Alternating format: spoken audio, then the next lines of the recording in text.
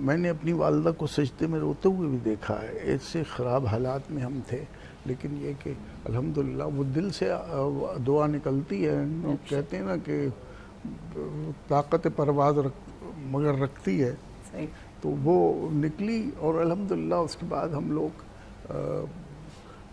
ہماری والدہ نے ہمیں اس وجہ سے ہمیں قناعت کا سبق دیا. قناعت. اور یہ تو بہت ضروری ہے آج کل کے ماں باپ کو بھی کہ بچوں کو قناعت پسند بنائیں, کہ ان کو ہر چیز کا پتہ چلے کہ یہ چیز ہم نے خریدنی ہے, پر اس سے پہلے ہم نے محنت کرنی ہے, اور محنت کر کے ہم نے اس کو حاصل کرنا ہے. کسی غلط طریقے سے ہم اس کو حاصل نہیں کر سکتے. تو یہ ماں باپ کی تربیت ہوتی ہے جو سکھاتے. آپ کی اردو سن کر سر اتنا اچھا لگتا ہے, کیونکہ آج کل جو ہے لوگوں کی اردو جو ہے تھوڑی سی, بیچ میں مجھے بھی شامل کر لیں آپ, مطلب اردو اس طرح نہیں صحیح بولی جاتی جس طرح ماشاءاللہ سے آپ بول لیتے ہیں نا. اچھا چلیں ہم آتے ہیں بینکنگ کی طرف, کہ آپ بتائیں کہ پاکستان کے قومی جو حالات ہیں ان کی کیا وجہ, مطلب کہ یہ جو بینکنگ کے جو زوال پر آ رہے ہیں حالات, ان کے بارے میں کیا کہتے ہیں؟ یہ قومی زوال جو ہے نا ہمارا, یہ شروع ہوا ہے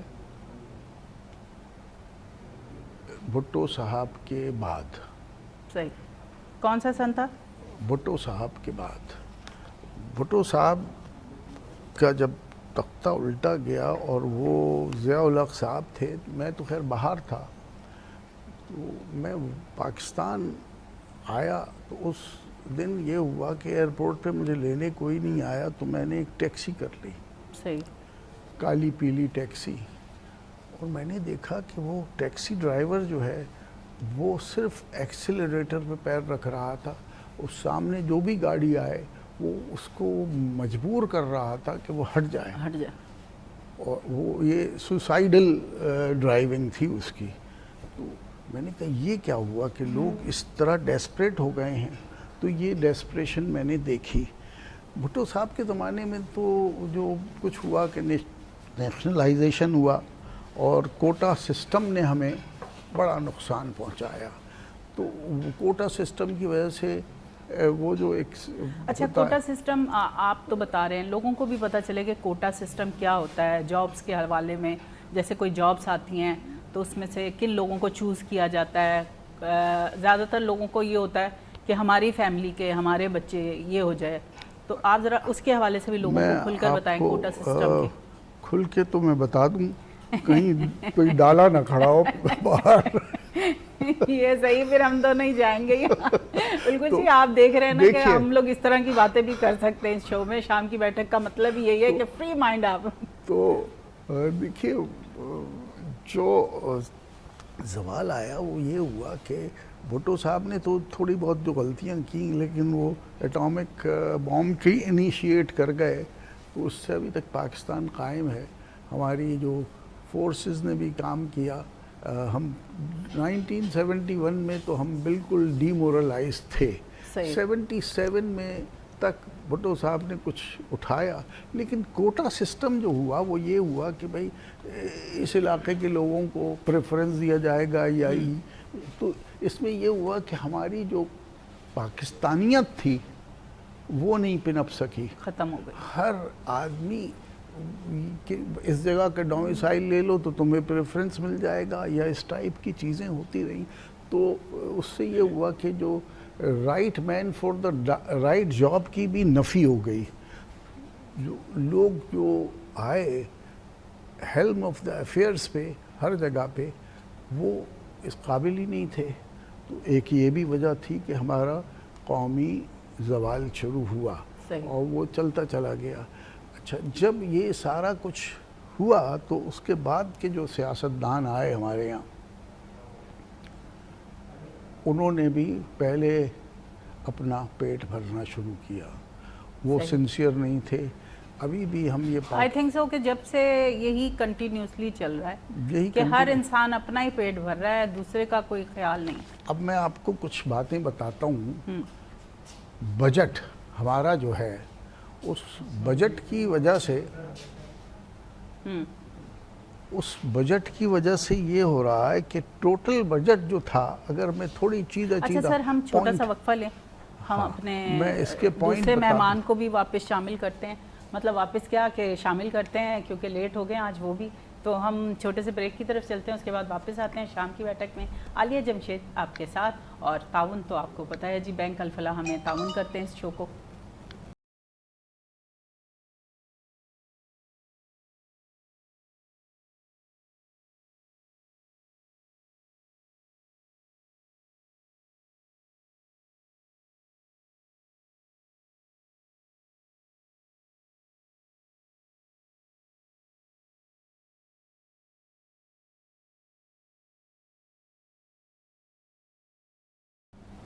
ویلکم بیک جی, ہم واپس آ چکے ہیں شام کی بیٹھک میں, اور ہمارا پروگرام جو ہے پورا اب پروگرام بن گیا ہے کیونکہ ہمارے 2 گیسٹ ہوتے ہیں اس دن, اور بہت معزز گیسٹ ہوتے ہیں.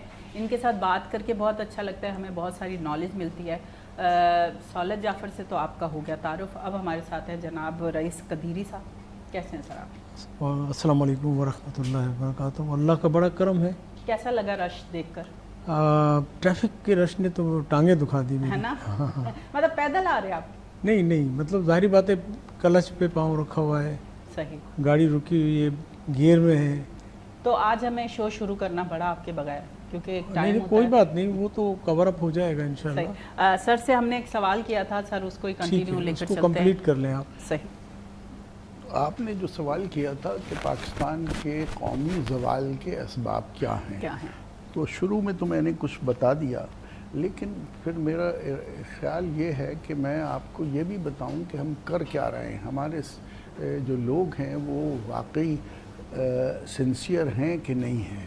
یہ قیادت جو ہے ہماری وہ کس ڈائریکشن میں دیکھ رہی ہے ہمیں پتہ ہی نہیں چلتا. دیکھیے, ایک صاحب ہوتے تھے اردشیر کاوس جی, پارسی تھے اور بالکل سیدھا بولتے تھے. ان کا ٹی وی پہ انٹرویو آ رہا تھا اور انہوں نے ایک جملہ بولا تھا, میں اس میں سے وہ جو انہوں نے پورا جملہ نہیں بتاؤں گا, پہلا لفظ چھوڑ دیتا ہوں. انہوں نے کہا کہ جی سب چور ہیں. یہ اردشیر کاوس جی نے اب سے کوئی 10 سال 12 سال پہلے میں نے اپنی آنکھوں سے دیکھا اور کانوں سے سنا. اچھا, یہاں پر سنسیئرٹی آف پرپز نظر نہیں آتی.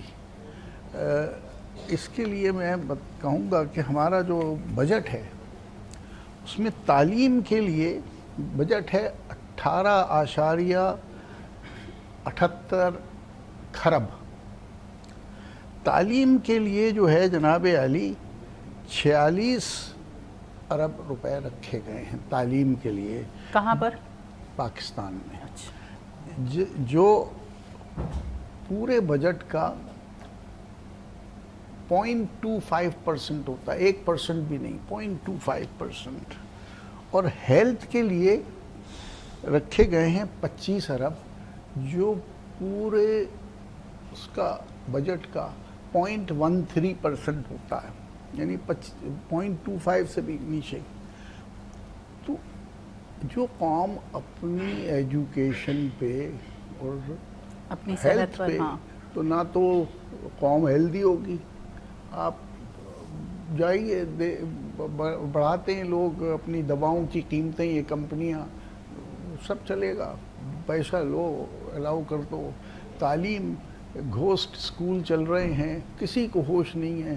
ایسے لوگ وزیر تعلیم بن جاتے ہیں جن کا تعلیم سے تعلق ہی نہیں ہے. ہاں, وہ ایک ڈرامہ آتا تھا بہت پرانا, اس میں وہ کہتے تھے قائد اعظم نے کہا تنظیم, یقین, اور اس میں انہوں نے ایک گڑھے رکھے ہوئے تھے کہ لالو کھیت والا وہ ڈرامہ تھا, اور اس میں یہ تھا کہ وہ وزیر تعلیم میں صاحب نے جملہ دیا کہ بھائی واو نکال دو, وہ زیر تعلیم ہوتی ہے.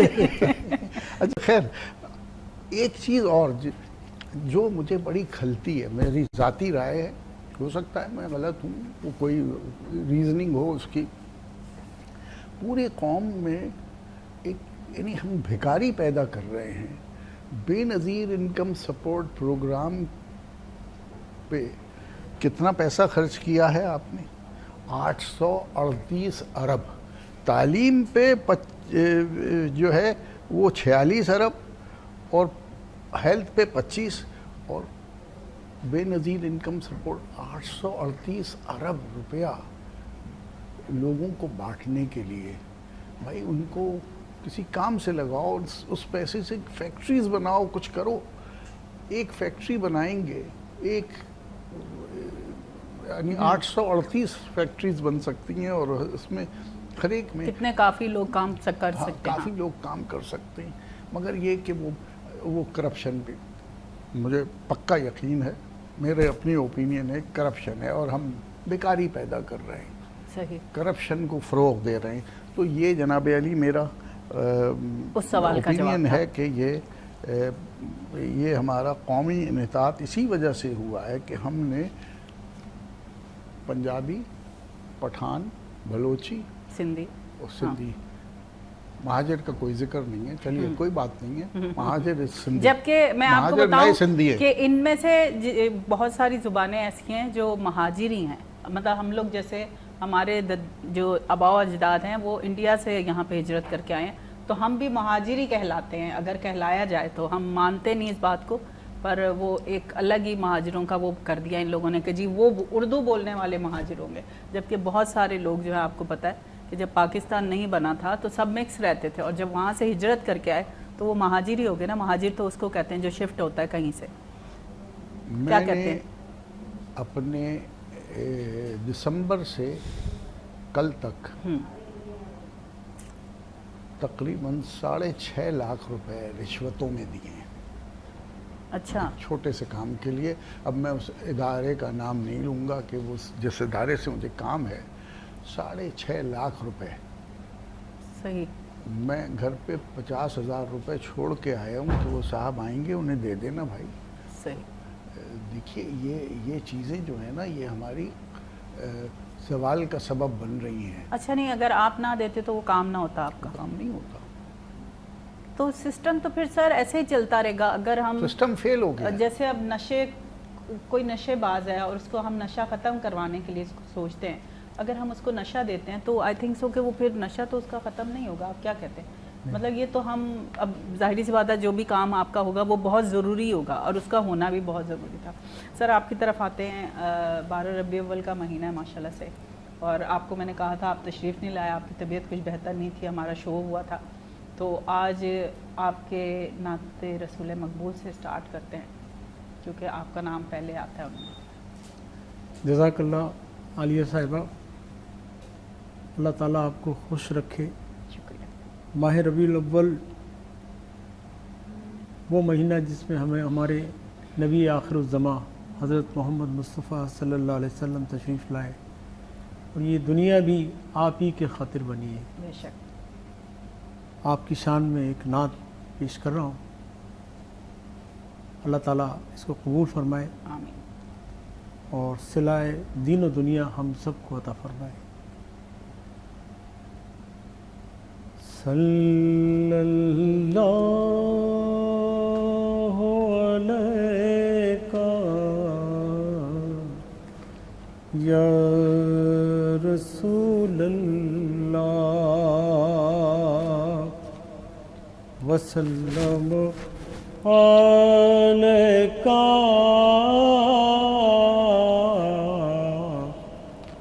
یا حبیب اللہ.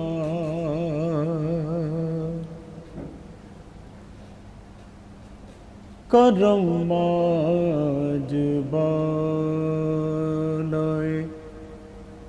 بام آ گیا ہے, کرم آج بالائے بام آ گیا ہے, کرم آج بالائے بام آ گیا ہے, اور زباں پر محمد کا نام آ گیا ہے, زباں پر محمد کا نام آ گیا ہے, کرم آج بالائے درودوں کی بارش ہے کون و مکان پر درودوں کی بارش ہے کون و مکان پر کہ آج انبیاء کا امام آ گیا ہے امام آ گیا ہے کہ آج انبیاء کا امام آ گیا ہے زباں پر محمد کا نام آ گیا ہے کرم آج بالائے میرے پاس کچھ بھی نہ تھا روز محشر میرے پاس کچھ بھی نہ تھا روز محشر نبی کا وسیلہ ہی سبحان اللہ، کام سبحان آ اللہ۔ گیا ہے نبی کا وسیلہ ہی کام آ گیا ہے کرم آج بالائے اور مزہ جب ہے سرکار محشر میں کہہ دے مزہ جب ہے سرکار محشر میں کہہ دے کہ وہ دیکھو ہمارا سبحان اللہ۔ غلام آ گیا ہے کہ وہ دیکھو ہمارا غلام آ گیا ہے کرم آج بالائے بام آ گیا ہے اور زباں پر محمد کا نام آ گیا ہے سبحان اللہ۔ سبحان اللہ، سبحان اللہ۔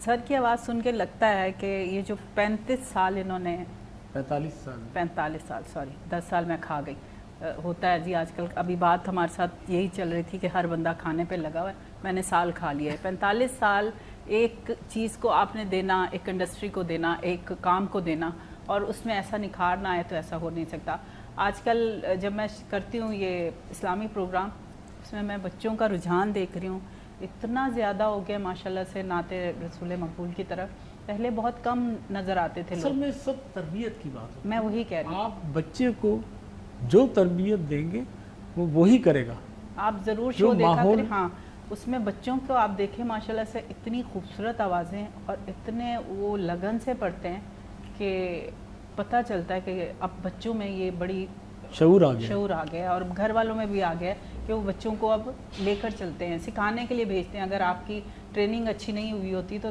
میں جیسے نعت پڑھتی ہوں میرے کوشش کرتی ہوں مجھ سے نہیں پڑھی جاتی میں رک جاتی میرا یہاں سانس اٹک جاتا ہے تو اس کی بھی ایک ٹریننگ ہوتی ہے کہ آپ نے اس کو پڑھنا کس طرح تو یہ بہت زیادہ ان چیزوں کی طرف سر آپ کی طرف آتے ہیں کہ آپ نے 52 سال دیے بینکنگ کو آپ نے ان 52 سالوں میں کیا دیکھا تو آپ نے بہت کچھ ہے اور آپ بتانا بھی چاہتے ہیں اور میں چاہتی ہوں کہ آپ بتائیں تو اچھی بات ہے دیکھیے جب میں نے 9 مارچ 1971 کو حبیب بینک جوائن کیا تو ہمیں ٹریننگ دی گئی اور وہ ٹریننگ میں پہلے یہ بتا دیا گیا تھا کہ فلاں کیا جو لوگ ہوں گے کہ اگر وہ اتنے نمبر لیں گے تو یہ ہوگا اور جو سب سے کم نمبر لیں گے ان کو فارغ کر دیا جائے گا صحیح تو ہم 80 آفیسرز تھے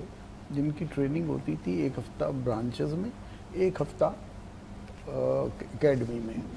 تو جب پہلا رزلٹ آنا تھا تو اس دن یہ افواہ پھیلی کہ سہولت جعفر نے ٹاپ کیا ہے. اچھا 80 آفیسرز میں 77 فرام پنجاب، 2 تھے کراچی کے اور 1 صوبہ سرحد کا. تو خیر وہ جب مجھے میرے انسٹرکٹر صاحب نے بلایا اور مجھ سے ہاتھ ملایا، انہوں نے ایک جملہ کہا تھا، کیپ اٹ اپ. میری تعلیم جو تھی وہ بالکل ایسی رہی تھی کہ کبھی فیس نہیں ہے، اسکول نہیں گئے، یہ نہیں ہوا، وہ نہیں ہوا، بہت ساری چیزیں. تو میں نے کہا کہ میں ٹاپ کر گیا. پھر دوسرے آپ کو سبجیکٹ اب میں بھی دیکھ کر دیکھتے ہیں کہ اب ٹاپ کون کرتے ہیں؟ تو یہ سارا کچھ رہا. اس زمانے میں جب ہمیں بینک میں فائنلی بھیجا گیا کہ اب آپ کام کریں، تو اتنا ایک رجسٹر اتنا موٹا، جب اس کو کھولیں تو وہ پورے اس پہ آ جاتا تھا، وہ مجھے دے دیا گیا. اور سارا کام مینول ہوتا تھا. ایون جو کیلکولیشن کی مشینیں نہیں ہوتی تھیں، وہ 200 آدمی میں ایک مشین ہوتی تھی اور اس میں ہر اس کے بعد انٹری کے بعد اس میں کرنا پڑتا تھا. صحیح. اس پہ لائن لگتی تھی. مجھے کام ہے تو اب 4 لوگ لگے ہوئے ہیں. تو یہ سارا کچھ. لیکن میں آپ کو بتاؤں کہ حبیب بینک کی وہ جو ٹریننگ تھی اس نے مجھے بالکل رگڑ کے مانجھ دیا. تو مجھے اس سے بڑا فائدہ ہوا. میں دوسرے ملکوں میں بھی گیا، وہاں میں نے لوگوں کو سکھائی، لیکن وہ جو بغیر کسی کمپیوٹر کے جو سلسلہ تھا اس نے ہمیں بڑا فائدہ دیا، سیکھا. اچھا اب میں جب واپس پاکستان آیا ہوں تو میں نے دیکھا کہ کچھ موٹے موٹے کمپیوٹرز بہت ہی کم کیپیسٹی کے تھے جو آہستہ آہستہ بڑھ کے اب بہتر ہو گئے. 92 میں ایک بینک میں تھا. اس کے پریسیڈنٹ صاحب نے مجھ سے کہا یہ بتاؤ کہ ای میل کیا ہوتی ہے. یعنی اب یہ دیکھیے یہ ایک پروسیس کہ وہ کمپیوٹرائز نہیں ہے، کچھ نہیں ہے، سب مینول ہے اور ہاتھ سے ہی سارا کچھ لکھا جا رہا ہے. اور ایک ٹائپ رائٹنگ تو وہ سارا کچھ ہوا. اس سے بھی مجھے یاد ہے ابھی تک، اس سے لوگ لکھ کر اور اپنا کام پورا کرتے ہیں. اب جو میں دیکھتا ہوں کہ اے آئی کا زمانہ آ گیا ہے. ابھی ہم اے آئی پہ ٹوٹل اس پہ نہیں آئے ہیں، لیکن اے آئی از دا نیم آف دا گیم. اور جو بھی بینکر ہیں انہیں اے آئی میں بھی دسترس ہونی چاہیے، انہیں آئی ٹی میں بھی دسترس ہونی چاہیے. As a banking industry Pakistan میں ہم بہت پیچھے ہیں. ابھی فرسٹ ورلڈ کنٹریز میں تو بہت ہی معاملہ ہوتا ہے کہ بہت ایڈوانسڈ ہیں. ہر چیز میں ان کے لیے صرف کمپیوٹر پہ انہیں کرنا ہوتا ہے فیڈ اور سب کام ہو جاتا ہے. یہاں اب بھی پاکستان میں میں نے دیکھا ہے کہیں رجسٹر چل رہے ہیں. اور مجھے ایک کام کے سلسلے میں ایک بڑا بینک ہے، اب میں نام نہیں لیتا. سر نام ہم اگر وقفے کے بعد لیتے ہیں، چھوٹے سے بریک کی طرف چلتے ہیں، تو چھوٹے سے بریک کی طرف چلتے ہیں اور اس کے بعد واپس آتے ہیں، پھر اس پروگرام کو لے کر چلتے ہیں. بینک الفلاح کا بہت بہت شکریہ کہ جنہوں نے اتنا اچھا خوبصورت سا پروگرام آپ لوگوں کے لیے پیش کیا.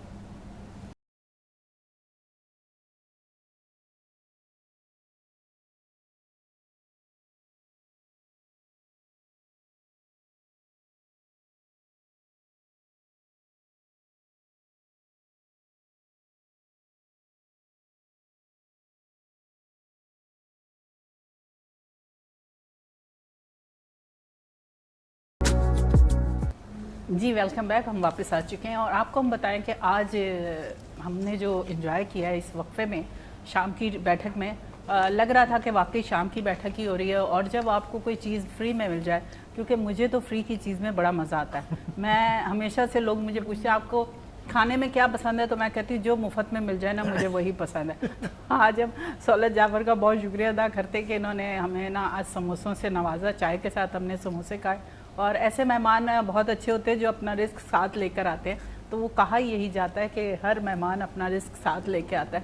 تو آج سہولت جعفر آپ نے کیوں سوچا سر کہ سموسے منگوا لیے جائیں؟ کیوں آخر تھوڑا سا فن لے آئے؟ میں نے یہ دیکھا کہ وہ بیچارہ وہ لڑکا جس کو آپ پیسے دے رہی تھی جی جی، اور میں نے کہا یہ بسکٹس جو ہیں ان سے گزارا تو نہیں ہوگا، پھر یہ کہ جب ہم یہاں پر 3 لوگ کھائیں تو یہ بری بات ہوگی کہ یہ ہمارے جو دوسرے ساتھی ہیں بے شک. وہ نہ کھائیں. اور ٹائم بھی ایسا ہو جاتا ہے نا شام کے ٹائم، جب تک یہ چیزیں نہ ملیں تو کچھ مزہ نہیں سہارے آتا. کے لیے یہ میں نے کہا کہ بھئی ٹھیک ہے. اچھا سر، آپ سے ہم بات کر رہے تھے اور آپ کنٹینیو کر رہے تھے کہ 52 سال میں آپ نے کیا دیکھا؟ تو اب جو معاملہ ہے وہ یہ ہے کہ یہ ہم ابھی بھی بہت پیچھے ہیں بینکنگ میں. جو فرسٹ ورلڈ میں ہے وہ ہمارے یہاں ابھی نہیں ہے. ہمارے یہاں کمپیوٹرز تو آ گئے ہیں لیکن ابھی اے آئی کو کرنا ہے. اچھا، ہمارے سروسز جو ہیں وہ بالکل گنی چنی سروسز ہوتی ہیں بینکوں کی. دیکھیے ایک مثال میں دیتا ہوں. مجھے ایک بڑا بینک ہے، نام نہیں لیتا اب میں، اس بڑے بینک سے یہ ضرورت پڑ گئی کہ میری مرحومہ سسٹر نے 77 میں ایک لون لیا تھا. تو مجھ سے کسی نے کہا کہ صاحب وہ آپ وہ لے کے آئیے کہ ان کا لون ہو گیا ہے. میں اس برانچ میں گیا، ان کا صاحب ہمارے پاس ریکارڈ نہیں ہے اس سی این آئی سی سے. میں نے کہا نام سے دیکھ لو. بولے کہ نہیں صاحب، وہ مجھے جناب عالی ان صاحب نے برانچ نے لارے لپے. خیر میں نے کمپلینٹ کر دی. وہ کمپلینٹ نے مجھے ایک ہفتے بعد جواب دیا. انہوں نے کہا کہ یہ 4 نمبر ہے ٹیلی فون کے اس ڈپارٹمنٹ سے، آپ ان نمبروں پہ بات کیجئے، وہ آپ کو جواب دیں گے. ان 4 نمبروں پہ میں نے ایک ہفتے میں 40 مرتبہ فون کیے. وہ یا تو نمبر کوئی اٹھاتا نہیں تھا، اور اگر اٹھاتا تھا تو کوئی جواب نہیں آتا تھا. تو فائنلی میں نے پھر اپنے تعلقات استعمال کیے، اور کچھ مہربان تھے ہمارے اور ہیں جنہوں نے ہمارے یہ کام کرانے میں مدد کی. بائی دا ٹائم مجھے اس بینک نے وہ ایک لیٹر دیا کہ صاحب ان کا کوئی آؤٹ اسٹینڈنگ نہیں ہے، اس وقت تک اس لیٹر کی جو ریکوائرمنٹ تھی ختم ہو چکی ہوتی تھی. صحیح. وہ ڈپارٹمنٹ جو کہ مجھ سے مانگ رہا تھا، انہوں نے کہا تھا آپ ہی لکھ دیجئے کہ صاحب کوئی نہیں ہے، اگر کوئی بات ہوئی تو آپ ذمہ دار ہوں گے، انڈرٹیکنگ دے دیجئے. میں نے کہا پہلے کہہ دیتے، میں 2 مہینے 3 مہینے اس میں گزار دی. تو اچھا وہ صاحب بھی پھر کچھ ان کا خیال تھا کہ وہ تو بینکوں کا تو یہ ہے کہ سروس دینے کے لیے تیار نہیں ہے. بہت سارے بینکس کو میں نے دیکھا ہے جو سروس ان کو جب سے یہ KYC نو یور کسٹمر آیا ہے، اور ہم FATF financial action task force کے امبریلا میں آئے ہیں جو ہماری کیٹیگری بلیک اور ریڈ کر دیتی ہے، تو اس کی وجہ سے KYC کا ایک فارم آ گیا ہے کہ کسٹمر کا جیسے FIR ہوتی ہے نا، تو ساری ڈیٹیلز لے لیں. تو اس کی وجہ سے کسٹمرز بہت کم ہو گئے ہیں. آتے ہیں تو وہ پریشان ہو کے پھر ارادہ ہی چھوڑ دیتے ہیں. لوگ پھر کیش میں ہی رکھتے ہیں اپنے سارے پیسے. یہ ذرا سی ٹریننگ کی ضرورت ہے. میں سمجھتا ہوں نہیں، آپ نے تو ویسے ڈرا دیا ہے. ویسے آج کل تو کہہ رہے جی گورنمنٹ نے بھی لون دینا شروع کر دیے. نہیں، لون دینا شروع کر دیے، تو لیکن لون آپ لے کے دکھائیے. لے کر آپ لے کے دکھائیے. میں وہی تو کہہ رہی ہوں. آپ نے تو اس سن کی بات کی، تو میں تو اب کی بات کرتی ہوں کہ اگر اب بھی جو بڑا واویلا مچا ہوا ہے جی گھر کے لیے لون دے رہے ہیں، آج کل تو ہر بندے کے نام سے آ رہا ہے کہ فلاں بھی دے رہا ہے لون اور فلاں بھی دے رہے ہیں، مطلب گورنمنٹ کی طرف سے. بہت کم ایسی باتیں ہیں. گورنمنٹ جو کر رہی ہے وہ تو اپنی پاپولیرٹی گین کرنے کے لیے کرتی ہے. کہ جیسے ایک زمانے میں پیلی ٹیکسی کے لیے لون دیے گئے تھے، لیکن بہت ساری ٹیکسیز جو ہیں وہ ادھر سے ادھر ہو گئیں. افغانستان میں چل رہی تھی، خریدی گئیں پاکستان میں، افغانستان چلی گئیں. آپ اس کی یلو کیب کی بات کر رہے ہیں؟ یلو کیب کی بات کر رہا ہوں. کافی لوگوں کو روزگار ملا تھا اس سے. یہ میں نے دیکھا تھا اس زمانے میں جب یلو کیپ آئی تھی، بہت سارے پڑھے لکھے بچے جن کو جابس نہیں ملتی تھی وہ یلو کیپ چلاتے تھے۔ سر آپ کی طرف آتے ہیں، آپ نے اس مہینے میں لوگوں میں وہ جوش دیکھا جو پہلے 12 ربیع الاول میں ہوتا تھا، آپ کیا کہتے ہیں کہ اب وہ جوش ہے لوگوں میں بھی؟ اعوذ باللہ من الشیطان الرجیم، بسم اللہ الرحمن الرحیم، ان اللہ و ملائکتہ یصلون علی النبی یا ایھا الذین آمنوا صلوا علیہ وسلموا تسلیما، اللہم صل علی سیدنا مولانا محمد بعدد کل شیء معلوم لک رب ارنی بے جمالک یا رسول اللہ یا رسول اللہ یا رسول اللہ صلی اللہ علیہ وسلم، الا بذکر اللہ تطمئن القلوب، صدق اللہ العظیم۔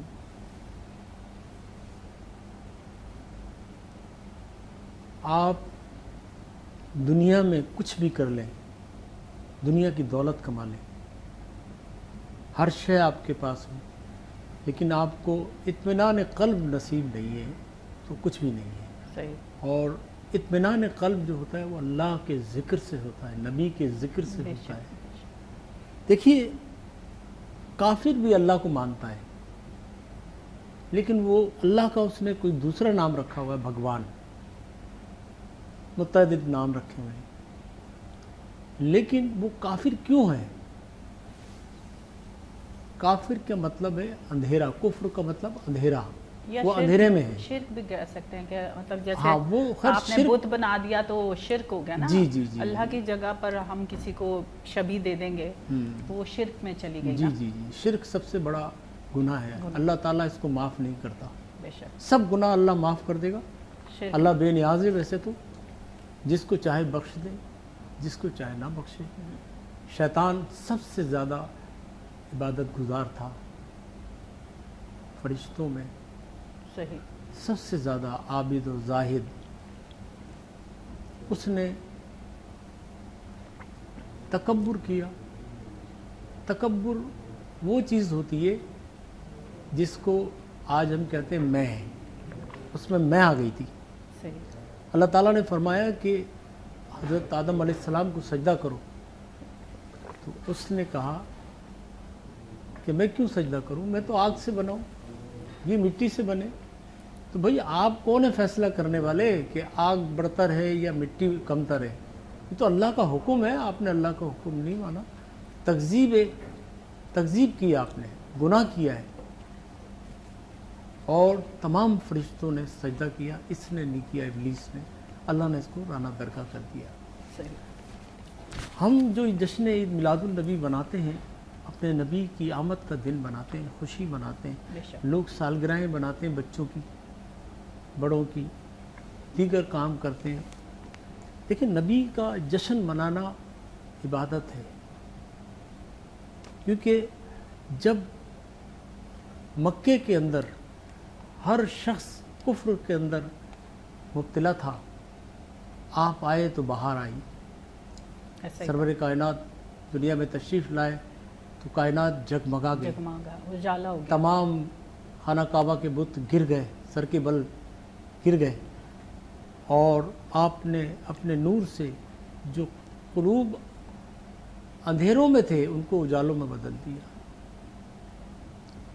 اب دیکھیے ہم جشن تو منا رہے ہیں نبی پاک صلی اللہ علیہ وسلم کا، خوشی منا رہے ہیں، لیکن اس خوشی کا تسلسل رہنا چاہیے، یہ نہیں کہ 12 ربیع الاول ختم ہوا اور پھر ہم بھول گئے، ہم بھول جاتے ہیں، پھر ہمیں کنٹینیوشن میں رکھنا چاہیے یہ چیز۔ اب وہ کفر ختم کہاں ہوتا ہے؟ جب محمد الرسول اللہ صلی اللہ علیہ وسلم کہتا ہے وہ، صحیح۔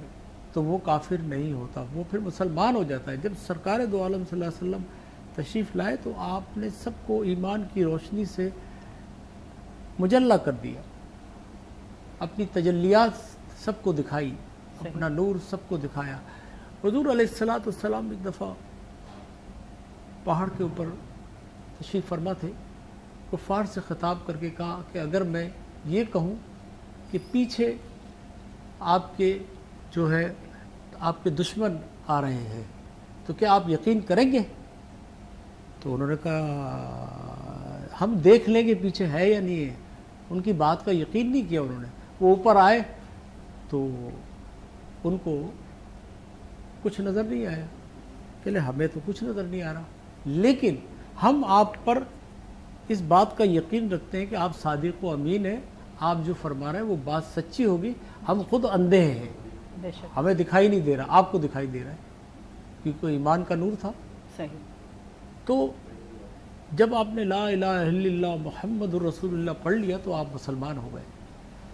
اس کا مطلب یہ کہ آپ نے اقرار کر لیا نبی کا اور اللہ کا، صحیح، اور جب آپ اللہ کے ہو جاتے ہیں تو پھر اللہ والے کام کریں آپ۔ دیکھیے سچ وہ اعلیٰ و عرفہ چیز ہے جو کہیں شکست نہیں کھاتی، جھوٹ جو ہوتی ہے ہمیشہ شکست کھاتی ہے۔ آپ سچائی سے کام لیں، آپ کی کامیابی ہے، اس میں تکلیف ضرور ہوتی ہے، ہر اندھیرے کے بعد اجالا ہے، اجالا آتا ہے۔ ٹھیک ہے، تکلیف ضرور ہوگی لیکن آپ اس پہ مستقل مزاجی سے رہیے آپ۔ اچھا سر، میں ایک بات کروں گی، ہم کہتے ہیں کہ جی جشن مناتے ہیں، لائٹیں لگاتے ہیں، ہم سب کچھ کرتے ہیں، ہم خوشی مناتے ہیں آمد پر حضور کی، ہم ان کی دی ہوئی تعلیم پر مطلب کہ عمل نہیں کرتے۔ میں کہتی ہوں اگر ہم نے کرنا ہے تو ہم سب کچھ لے کر چلیں کہ انہوں نے جو جو فرمایا کہ ہم نے اخلاق کو اپنانا ہے، لوگوں پہ ترس، رحم، یہ چیزیں ہم ڈاؤٹ کرتے ہیں ان سے، ان کی باتوں سے ہم وہ چیزوں کو نہیں لیتے، ہم صرف یہ دیکھ لیتے ہیں لوگوں کو شو آف کرنے کے لیے کہ ہم یوں کر رہے ہیں، ہم یہ کر رہے ہیں، ہم یہ لائٹیں کر رہے ہیں، سب کریں، پر اس سے پہلے ہم ان کے دی ہوئی تعلیم پر عمل کریں۔ میری یہ سوچ ہے کہ ہمیں ان پہ بھی عمل کرنا بہت ضروری ہے۔ بالکل آپ سچ فرما رہی ہیں، آپ بالکل درست فرما رہی ہیں، اور ایمان کا تقاضا بھی یہی ہے کہ جو تعلیم حضرت محمد مصطفیٰ صلی اللہ علیہ وسلم نے دی اس پر عمل پیرا مسلمان کو ہونا چاہیے، اور پھر پیکر بنے، ایک آپ جو دنیا کو نظر آئے کہ آپ مسلمان ہیں۔ آج ہم دین کے کام کم کرتے ہیں، دنیا کے زیادہ کرتے ہیں۔ اب موت کا دیکھیں کوئی بھروسہ نہیں ہے، کسی وقت بھی آ ایسے سکتی ہی ہے۔ آپ کو پاک صاف رہنا چاہیے، آپ کو ہر وقت اللہ کا ذکر کرنا چاہیے۔ اللہ کا ذکر کریں گے تو آپ کی بلائیں دور دور ہوں ہوں۔ گی۔ شیطان کس کو گھیرتا ہے؟ دیکھیے خالی جو گھر ہوتا ہے نا اس میں کا شیطان گھر آتا ہے، ہاں۔ اور جو بھرا ہوا گھر ہوتا ہے اس میں جیسے بندے ہیں جاگ رہے تو وہ نہیں آتا چور۔ تو آپ نے اپنے دل قلب میں اندھیرا پیدا کیا، آپ اجالا پیدا کریں اور تعلیم محمدی صلی اللہ علیہ وسلم کو کنٹینیو رکھیں، نہ کہ آپ اس کو ختم کریں۔ اگر ٹائم ہے تو ایک واقعہ سنا۔ ٹائم بہت لمیٹڈ، وہی انہوں نے بتایا، کیونکہ ایک تو ہم لوگ میں آپ کے اشارے سے سمجھ گیا۔ سمجھ گئے تھے سر، بہت سمجھدار ہو گئے ہیں، میں خیر ان کے ساتھ رہ کے سمجھدار ہو گئی ہوں، یہ بھی سمجھدار ہو گئے۔ سر آپ کا بہت شکریہ کہ آپ نے اتنی اچھی لوگوں کو نالج دی، اور جو آپ کے اندر باتیں ہیں وہ لوگ کہنا چاہتے ہیں پر کہہ نہیں پاتے، ہمت نہیں ہوتی۔ آپ کا یہ ہے کہ آپ میں ہمت ہے کہ آپ لوگوں کو بتاتے ہیں کہ ہم کہاں کہاں پر کس کس جگہ پر ہم ٹھوکر کھا رہے ہیں، کہ ہم جو ابھی تک زوال میں آ رہے ہیں تو وہ کس طرف سے آ رہے ہیں۔ آپ کا بھی شکریہ کہ آپ لیٹ تو پہنچے ہیں، مگر لاسٹ میں ہم آپ سے نعت رسول مقبول سنیں گے، اس کے بعد ہم اپنے پروگرام کو وائنڈ اپ کریں گے۔ بینک الفلاح کا بہت بہت شکریہ کہ وہ اس پروگرام کو تعاون کرتا ہے اور اس کو پیش کرتا ہے آپ لوگوں کے سامنے، اور ہم بھی کوشش کرتے ہیں کہ اس کو ہم اچھے طریقے سے پیش کر سکیں۔ اگر ہم سے کوئی غلطی ہو جائے کرے تو اس کو معاف کر دیا کریں، کیونکہ غلطی تو انسان تو غلطی کا پتلا ہے۔ تو ہم سر کی طرف چلتے ہیں، آخری 4 اشارہ آپ مجھے سنا۔ دیکھیے میں بھی تہہ دل سے شکر گزار ہوں بینک الفلاح کی انتظامیہ کا کہ انہوں نے اتنا اچھا پروگرام مرتب کروایا اور میں نے کیا۔ بے شک، اللہ تعالیٰ ان کے بینک کو ترقی دے، آمین۔ اور ابھی تک جو ہے وہ اچھی پوزیشن پر بینک الفلاح لمیٹڈ چل رہا ہے، اس کی کارکردگی زیادہ ہے، کمپلین نہیں ہے۔ ہمارے یہاں ہے CPD ڈپارٹمنٹ اسٹیٹ بینک کے اندر، صحیح، کنزیومر پروٹیکشن ڈپارٹمنٹ۔ اگر آپ کو کوئی کمپلین ہے، کوئی شکایت ہے بینک سے، کسی بھی بینک سے، آپ کمپلین کریں اور اس کا جواب آتا ہے باقاعدہ۔ دیکھیے اسٹیٹ بینک کے اندر یہ چیز ہے کہ اگر کوئی چیز پتہ چل جائے تو اس کا دیکھتے ہیں، اس کا ازالہ کرتے ہیں۔ صحیح، اور سب سے بڑی چیز یہ کہ نبی پاک صلی اللہ علیہ وسلم کا ذکر جو ہم بلند کر رہے ہیں، ہم کیا کریں گے؟ اللہ نے ذکر اللہ نے بلند کیا ہے، اور ہم تو اپنے اس کو ایمان کو تازہ رکھتے ہیں حضور کا نام لے کر. بے شک. بس چند شعر سلام کے پڑھ دیتا ہوں. صحیح. یا رسول اللہ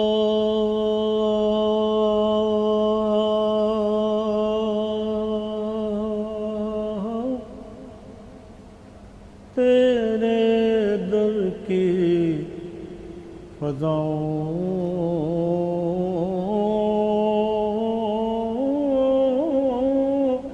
کو سلام. گنبد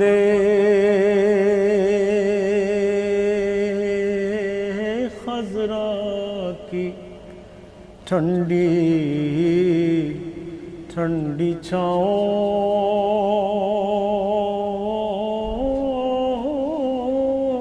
کو سلام.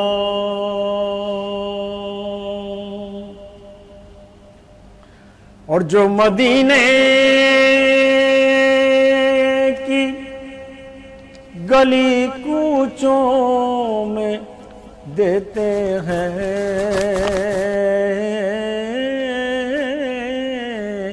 صدا تا قیامت ان فقیروں ان گداؤں کو سلام.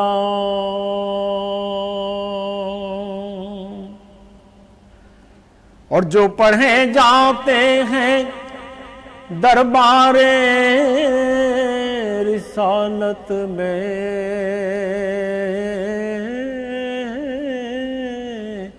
سلام.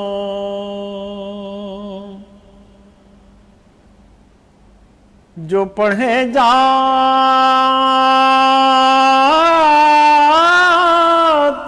ہیں دربار رسالت میں